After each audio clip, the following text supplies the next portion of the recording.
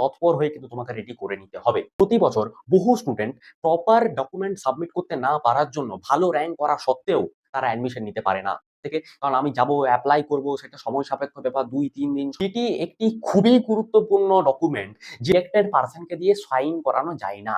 তোমাদেরকে এটাই পরামর্শ দেবো যে সরকারি থেকে এটা করাবার চেষ্টা করবে। ক্যাম্পাস ইউজির আন্ডারে কোনো কলেজে ভর্তি হবে ভাবছো, সরকারি কলেজ হোক বা বেসরকারি, বিএসসি নার্সিং হোক বা হোক প্যারামেডিক্যালের কোনো কোর্স, যে কোনো কোর্স হোক, যে কোনো কলেজ হোক, তোমাকে কাউন্সিলিং এর আগে কয়েকটি গুরুত্বপূর্ণ ডকুমেন্ট কিন্তু রেডি করে রাখতেই হবে। কাউন্সিলিং এর পরে নয়, আগেই তোমাকে কিন্তু রেডি করে রাখতে হবে। আর যদি রেডি না থাকে তাহলে কিন্তু হতে পারে অনেক কেলেঙ্কারি। তোমার ভর্তিও আটকে যেতে পারে, ক্যান্সেল হয়ে যেতে পারে, এবং পরীক্ষায় যে রেজাল্ট করেছো সেটাও কিন্তু একেবারে বেকার হয়ে যেতে পারে। এই ভিডিওটি মন দিয়ে দেখো। এই ভিডিওটিতে আজকে সমস্ত গুরুত্বপূর্ণ ডকুমেন্টগুলো নিয়ে আলোচনা করব, যে কোন কোন ডকুমেন্টগুলো লাগবে, এবং এটাও বলবো যে কিভাবে সেই ডকুমেন্টগুলো রেডি করা যাবে। আর এটাও বলবো যে কিভাবে দ্রুততার সাথে সেই ডকুমেন্টগুলো রেডি করা যায়। সুতরাং তুমি বেসরকারি সরকারি যে কোনো কোর্সে পড়বে বলে ভাবছো জেনপাস ইউজির আন্ডারে, তাহলে এই ভিডিওটি দেখে নাও আর একবার মিলিয়ে নাও যে এইগুলো আমার রেডি আছে। তো কোনো ডকুমেন্ট তোমার রেডি না হয়ে থাকে এখনো পর্যন্ত, তাহলে তৎপর হয়ে কিন্তু তোমাকে রেডি করে নিতে হবে। তো চলো সময় নষ্ট না করে ভিডিওটি শুরু করা যাক। Welcome to account knowledge channel, সঠিক জ্ঞান এখানে। ভিডিওটি স্কিপ না করে পুরো ভিডিওটি দেখবে, কারণ কোন পয়েন্টে কোন গুরুত্বপূর্ণ জিনিসটা তুমি মিস করে দেবে তুমিও জানতে পারবে না। তাই ভিডিওটি একেবারেই স্কিপ করা চলবে না। অনেকগুলি গুরুত্বপূর্ণ ডকুমেন্টের মধ্যে প্রথম যে গুরুত্বপূর্ণ ডকুমেন্টটি হচ্ছে সেটি হচ্ছে ক্লাস 10 এর অ্যাডমিট কার্ড। হ্যাঁ, মাধ্যমিকের অ্যাডমিট কার্ড। মাধ্যমিকের অ্যাডমিট কার্ড কিন্তু এই জেনপাস ইউজির ভর্তির ক্ষেত্রে প্রচুর প্রচুর গুরুত্বপূর্ণ। কারণ এটি হচ্ছে তোমার বয়সের মাপকাঠি। মানে তুমি যখন অ্যাপ্লাই করেছো জেনপাস ইউজি এক্সামের জন্য দেবে বলে, তখন তুমি যে বয়সটা দিয়েছো সেই বয়সটা জেনুইন কিনা সেটা তোমার এটার মাধ্যমেই চেক করা হয়, মাধ্যমিকের অ্যাডমিট কার্ড। তাই এটার অরিজিনাল এবং জেরক্স দুটোই কিন্তু তোমার লাগবে। সুতরাং অরিজিনাল কপি তোমার কাছে যদি আছে সেটা ভালো করে রেখে দাও, এবং তার দুটো কপি জেরক্স কিন্তু অবশ্যই করিয়ে রাখবে। ঠিক আছে? এরপরে দ্বিতীয় যে গুরুত্বপূর্ণ জিনিস সেটা হলো উচ্চ মাধ্যমিকের মার্কশিট। উচ্চ মাধ্যমিকের মার্কশিটও কিন্তু যথেষ্ট গুরুত্বপূর্ণ এলিজিবিলিটি ক্রাইটেরিয়া এবং বিভিন্ন জিনিস দেখার জন্য। এটাও কিন্তু অরিজিনাল মার্কশিট চেক করা হয় এবং দুটো কপি জেরক্স কিন্তু জমা নিয়ে নেওয়া হয়। সুতরাং তোমাকে অরিজিনাল এবং জেরক্স দুটোই কিন্তু রেডি রাখতে হবে। প্রতি বছর বহু স্টুডেন্ট প্রপার ডকুমেন্ট সাবমিট করতে না পারার জন্য ভালো র্যাঙ্ক করা সত্ত্বেও তারা অ্যাডমিশন নিতে পারে না। তোমাকে যাতে সেই সমস্ত সমস্যার মধ্যে না পড়তে হয়, তাই তুমি এই ভিডিওটি মন দিয়ে দেখো এবং জেনে নাও অরিজিনাল কপিটি চেক হবে এবং জেরক্স কপিটি কিন্তু জমা নিয়ে নেওয়া হবে। এই যে মাধ্যমিকের অ্যাডমিট কার্ড এবং উচ্চ মাধ্যমিকের মার্কশিট, এই দুটোই তোমাকে দুটো করে জেরক্স কপি ম্যান্ডেটরি তোমার কাছে রাখতে হবে। তুমি একটি চ্যানেল ফাইল তৈরি করবে, সেই চ্যানেল ফাইলে প্রয়োজনীয় সমস্ত ডকুমেন্ট এক এক করে ভরে নিবে, যাতে কোনো ভুল যেন না হয়। চ্যানেল ফাইলে প্রথমেই তুমি তোমার মাধ্যমিকের অ্যাডমিট কার্ড, তার 2 কপি জেরক্স, এবং তারপরে উচ্চ মাধ্যমিকের মার্কশিট এবং তার 2 কপি জেরক্স কিন্তু ভরে নেবে।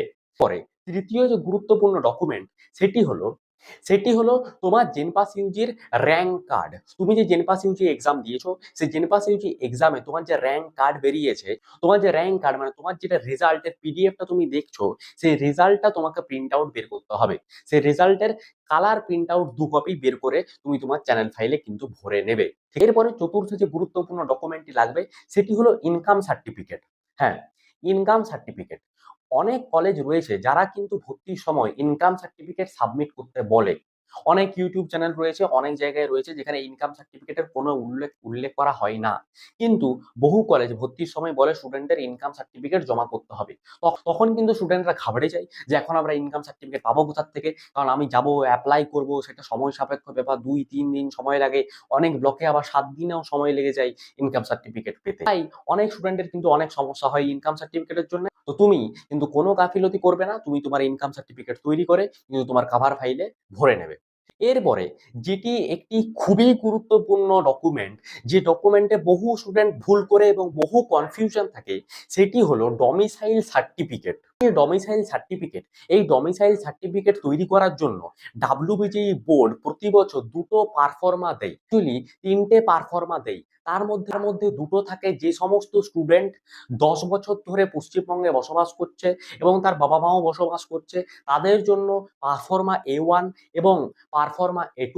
যে সমস্ত স্টুডেন্টের বাবা মা শুধুমাত্র পশ্চিমবঙ্গে বসবাস করে, সে বসবাস করে না, সে বাইরের স্টেটে থাকে, সেই স্টুডেন্টের জন্য পারফরমা বি, আমি আমার স্ক্রিনে A1 এবং A2 ছবি দিচ্ছি এবং A1 এবং A2টাকে প্রথমে আমি আলোচনা করে দিচ্ছি এবং তারপরে আমি বি এর সম্বন্ধে বলবো।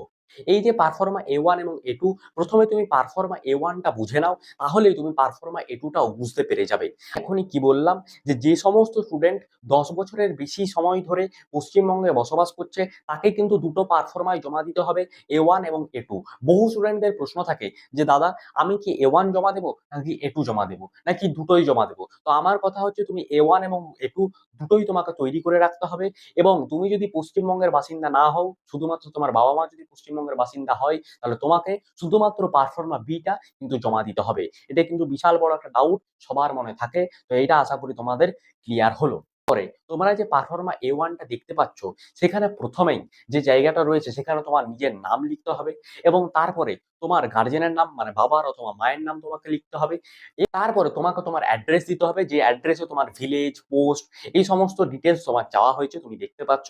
এবং থাকছে একটা খুবই গুরুত্বপূর্ণ পয়েন্ট, যেখানে জিজ্ঞেস করা হয় যে অ্যাসেম্বলি কি, তোমার তোমার অ্যাসেম্বলি জিজ্ঞেস করা হয় এবং বহু স্টুডেন্ট এখানেই আটকে যায়।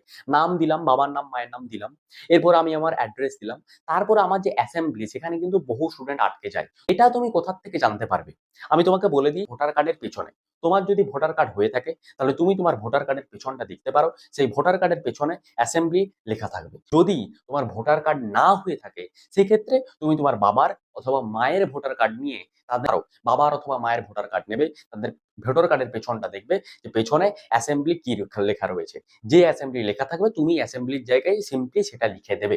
এরপরে এই ফরম্যাটে তোমার কাজ হচ্ছে, তোমার একটি পাসপোর্ট সাইজ ফটো চেটানো। এখানে তুমি তোমার একটি পাসপোর্ট সাইজ রিসেন্ট ফটোগ্রাফ চেটাবে এবং তারপরে তোমার সিগনেচার করার জায়গায় তুমি কিন্তু সিগনেচার করবে। এরপরে একটা খুবই গুরুত্বপূর্ণ বিষয় বোঝো, যে তারপরের যে জায়গাটা রয়েছে সেটা কিন্তু তোমার ফিল আপ করার নয়। অফিসার তোমার এটা সাইন করবে, সেই অফিসারের ফিল আপ করার জিনিস, তোমার কিন্তু ফিল আপ করার জিনিস নয়। তোমাকে যদি সেই অফিসার ফিল আপ করতে বলে, তবেই তুমি ফিল আপ করবে, না হলে কিন্তু তুমি ফিল আপ করে নিয়ে যাবে না। তুমি তোমার পার্সোনাল ডিটেলসটা ফিল আপ করলে, অ্যাসেম্বলি পর্যন্ত ফিল আপ করলে, নিজের সিগনেচার করলে, ফটো চিটালে, তারপরে তুমি এটা তোমার অফিসারকে দিয়ে দেবে। একটা কথা আমি বলে দিই, যে এই যে পারফর্মা কোনো কিন্তু ইলেক্টেড পার্সনকে দিয়ে সাইন করানো যায় না। ইলেক্টেড পার্সন মানে কি? যারা ভোটে দাঁড়িয়ে এমপি, এমএলএ, গ্রাম পঞ্চায়েতের মেম্বার, লিডার, তাদেরকে দিয়ে কিন্তু সই করানো যায় না। এগুলো তোমাকে গ্যাজেটেড অফিসারকে দিয়ে সই করাতে হবে। যারা গ্যাজেটেড অফিসার, যেমন যেমন হলো বিডিও, এটা অনায়াসে সই করাতে পারো। এবং পারফর্মা A1 এবং A2 এই দুটোই কিন্তু সেম ভাবে তুমি ফিল আপ করবে। তোমার ডিটেলস অবধি ফিল আপ করলে, ছবি দিলে এবং সিগনেচার করলে। আর হ্যাঁ, A2 পারফর্মাটা আমি দিচ্ছি। A2র একটা জিনিস তুমি দেখে নাও, সমস্ত কিছুই সেম, শুধুমাত্র এখানে তুমি কোন বছর উচ্চ মাধ্যমিক পাস করেছো সেটা তোমাকে দিতে হয়। তো এখানে তোমাকে শুধু সেটা অ্যাড করতে হবে, সেটা তুমি অ্যাড করবে, নিজের পার্সোনাল ডিটেলস অ্যাড করবে, ছবি চিটাবে, সাইন করবে এবং তারপরে তুমি জমা দিয়ে দেবে সেটা। হ্যাঁ, বহু ইউটিউব চ্যানেলে এমন ভাবে বোঝাই যেন যার কাছে তুমি সই করাতে যাচ্ছ সেই যেন জানেই না, এমনটা কিন্তু মোটেও নয়। প্রতি বছর বহু বহু স্টুডেন্ট এই এক্সাম গুলো দেয় এবং বহু বহু পারফর্মা নিয়ে করে যায় সই সাইন করাতে ব্লকে। সুতরাং প্রতি বছরই ব্লক ডেভেলপমেন্ট অফিসার এগুলো কিন্তু অনেক অনেক সই করে, তারা কিন্তু জানে কিভাবে তার কাজটা করতে হবে, কিভাবে তার ডিটেলস ফিল আপ করতে হবে। তো সেই বিষয়ে চিন্তা করার কোনো দরকার নেই। কিন্তু আমি তাও বলছি, যে যদি তোমাকে বলে ফিল আপ করতে, তাহলেই তুমি ফিল আপ করবে এবং তার ডিটেলস সে কিন্তু মুখে বলে দিবে, চিন্তার কিন্তু কোনো কারণ নেই। এবং কিভাবে সই করবে তা সে সে কিভাবে অ্যাটেস্টেড করবে সেগুলো সে জানে। তোমার ছবিতে স্ট্যাম্প মেরে সে যে সাইন করতে হবে সেটা সে জানে, চিন্তার কোনো বিষয় নেই। তবুও তুমি চেক করে নিতে পারো যে তিনি আমার ছবিতে স্ট্যাম্প মেরে সই করেছেন কি করেননি। ঠিক আছে, তো তুমি তাকে জমা দেওয়ার পরে তিনি তার নিজের ডিটেলস গুলো ফিল আপ করবে। লাস্টের যে প্যারাটা রয়েছে, লাস্টের প্যারায় তিনি নিজের ডিটেলস ফিল আপ করবেন সেই অফিসার, এবং তারপরে তোমার ছবিতে স্ট্যাম্প মেরে তিনি সিগনেচার করবে। এবং তাছাড়া বাকি জায়গায় যেখানে স্ট্যাম্প মেরে সিগনেচার করা, তিনি কিন্তু সিগনেচার করবে এবং তারপরে তোমাকে তোমার পারফর্মা ফেরত দিয়ে দেওয়া হবে। এইভাবেই তুমি তোমার পারফর্মা A1 এবং A2 দুটোকেই কিন্তু রেডি করবে। বুঝতে পারলে? ডমিসাইল সার্টিফিকেটের কাজ কিন্তু শেষ হলো। এরপরে নেক্সট তোমার যে গুরুত্বপূর্ণ ডকুমেন্ট লাগবে, প্রভিশনাল অ্যালটমেন্ট লেটার এবং অ্যালোকেশন আইডি। এই দুটো কোথা থেকে পাওয়া যাবে? এই যে প্রভিশনাল অ্যালটমেন্ট লেটার, এটা পাওয়া যায় কাউন্সেলিং এর সময়। কাউন্সেলিং এর রেজাল্টে তোমার যে কলেজ বেরোলো সেটার একটা পিডিএফ তুমি পাবে। সেই পিডিএফটাকে বলা হয় allocation letter, provisional allocation letter. যেমন তুমি রেজাল্ট পেয়েছো একটা পিডিএফ এর আকারে, তেমনই তুমি এই লেটার পেয়ে যাবে কখন কাউন্সেলিং এর রেজাল্ট দিলে। ঠিক আছে, সেখানে তোমার কলেজের নাম লেখা থাকবে যে তোমার কোন কলেজ অ্যালট হয়েছে, সেটাই তোমার প্রভিশনাল অ্যালটমেন্ট লেটার। যে লেটারটা তোমাকে বের করে প্রিন্ট আউট বের করে কালার প্রিন্ট আউট বের করে তোমাকে কিন্তু নিয়ে যেতে হবে তোমার সাথে। তো যখন তোমার সেটা বেরোবে তখন তুমি সেটা প্রিন্ট আউট বের করে রেখে নেবে, এবং যখন সেটি বেরোবে তখন কিন্তু তুমি অ্যালোকেশন আইডিও পাবে। সেটা তুমি তোমার প্রোফাইলে দেখতে পাবে কখন, যখন তুমি তোমার কাউন্সেলিং এর রেজাল্ট চেক করবে তখনই তুমি পেয়ে যাবে, এবং সেটাকেও কিন্তু তুমি সংগ্রহ করে রেখে সেটাকে কিন্তু তোমাকে নিয়ে যেতে হবে। বুঝতে পেরেছো? এরপরে এরপরে আরেকটি খুবই গুরুত্বপূর্ণ সার্টিফিকেট বা ডকুমেন্ট, সেটি হলো মেডিকেল সার্টিফিকেট। জেনপাস এক্সাম হোক বা ANM GNM exam, medical certificate কিন্তু ম্যান্ডেটরি, এবং এটা কিন্তু সময় সাপেক্ষ এবং বলতে পারো একটু ঝামেলারও বটে। এটাই যথেষ্ট সময় লাগে এবং একটু ঝামেলাও পোহাতে হয় স্টুডেন্টদেরকে। তো তোমার যদি এখনো পর্যন্ত মেডিকেল সার্টিফিকেট না করা থাকে, তুমি মন দিয়ে শোনো যে তুমি কিভাবে দ্রুততার সহিত মেডিকেল সার্টিফিকেট করাতে পারবে, যাতে তোমার সামনেই কাউন্সিলিং এর আগে যাতে তোমার মেডিকেল সার্টিফিকেট তৈরি হয়ে যায় এবং তুমি সমস্ত ডকুমেন্ট তৈরি করে নিতে পারো। সমস্তটাই আমি বলবো যে তুমি কিভাবে দ্রুততার সহিত কাজ করবে আর কিভাবে তুমি সমস্ত ডকুমেন্ট গুলো দ্রুততার সহিত রেডি করে নিতে পারবে কাউন্সিলিং এর আগে। চিন্তার কোনো কারণ নেই, মন দিয়ে ভিডিওটি দেখো। আর এতদূর পর্যন্ত যদি ভালো লেগেছে একটি লাইক অবশ্যই করে দিও। যেটি বলছিলাম মেডিকেল সার্টিফিকেট, এই মেডিকেল সার্টিফিকেট তোমরা স্ক্রিনে দেখতে পাচ্ছ ছবিটা। একটি কথা আমি বলে দিই যে যতগুলো ছবি তোমরা দেখতে পেলে, পারফর্মা A1 A2 B, medical certificate, এই সমস্ত সার্টিফিকেট পিডিএফ আমি আমার টেলিগ্রাম চ্যানেলে পোস্ট করে রাখবো। এই টেলিগ্রাম চ্যানেলের লিঙ্ক কোথায় পাবো? আমার ভিডিও ক্লিক করবে, যাবে, এই পিডিএফটা দেখবে সেখানে আপলোড করা রয়েছে। পিডিএফটা তুমি ডাউনলোড করবে। পিডিএফ এ পরপর পারফর্মা, এবং তারপরে এই যে মেডিকেল সার্টিফিকেটের যে পারফর্মাটা রয়েছে সমস্তগুলো তুমি কিন্তু পেয়ে যাবে। সেটা তুমি সাইবার ক্যাফেকে পাঠাবে, সাইবার ক্যাফেতে যে করে তুমি প্রিন্ট আউট বের করে নেবে। ঠিক আছে? এবং মেডিকেল সার্টিফিকেট, এই মেডিকেল সার্টিফিকেট কিন্তু সাবমিট করা বাধ্যতামূলক, এবং এটি কিন্তু তোমাকে সরকারি মেডিকেল অফিসারকে দিয়ে করেই বানাতে হবে। এই মেডিকেল সার্টিফিকেট বানাতে গিয়ে তোমাকে অনেকগুলো টেস্ট করাতে হবে যে তোমার শারীরিক কোনো সমস্যা নেই, সেটারই একটা ডিক্লারেশন হিসাবে তোমাকে অনেক টেস্ট করতে হবে। কিভাবে করবে এই মেডিকেল সার্টিফিকেট? তুমি একটি মেডিকেল অফিসারের কাছে প্রথমে যাবে। সেই মেডিকেল অফিসারের ডেজিগনেশন যাই হোক, এমবিবিএস হোক বা এমডি হোক, তুমি একটি মেডিকেল অফিসারের কাছে গেলে সেই মেডিকেল অফিসারকে যে করে তুমি এই পারফর্মাটা দেবে যে স্যার অর ম্যাডাম, এই জেনপাসিউটি এক্সাম দিয়েছি এবং আমাকে এখানে এই জিনিসগুলো দিতে হবে। তুমি যখনই তাকে এই পারফর্মাটা দিবে, তিনি সেই টেস্টগুলো কি কি টেস্ট করতে হবে না করতে হবে তিনি পড়েই বুঝে যাবেন, এবং সেই অনুযায়ী তিনি তোমাকে টেস্ট কিন্তু করতে দিয়ে দেবেন। চিন্তা এখানে আরেকটি ইম্পর্টেন্ট বিষয় হচ্ছে যে তুমি যদি বাইরের থেকে মানে চেম্বারে বা নার্সিং হোমে দেখাও তাহলেও কিন্তু ভ্যালিড, কিন্তু খরচা কিন্তু ভালোই হবে, কারণ ডাক্তার ফিস তো রয়েছে, তার পাশাপাশি এতগুলো টেস্ট রয়েছে যেগুলোর খরচা কিন্তু অনেক পড়ে যাবে। তাই আমি তোমাদেরকে এটাই পরামর্শ দেব যে সরকারির থেকে এটা করাবার চেষ্টা করবে। তাতে করে কি হবে, টেস্টগুলোও হয়ে যাবে এবং তুমি কিন্তু সরকারি ভাবে করার জন্য তোমার কিন্তু কোনো টাকা পয়সা লাগবে না। আর হ্যাঁ, এখানে আরেকটি গুরুত্বপূর্ণ কথা বলে দিই যে অনেকে নিজেদের রুরাল হসপিটালে চলে যায়। রুরাল হসপিটালে যেয়ে কিন্তু কোনো লাভ নেই। তোমাকে সুপার স্পেশালিটি হসপিটালে তোমাকে যেতে হবে। তুমি যদি রুরালে থাকো তোমাকে যেতে হবে তোমার জেলার হসপিটালে, সেখানে যেয়ে কিন্তু তোমাকে করতে হবে।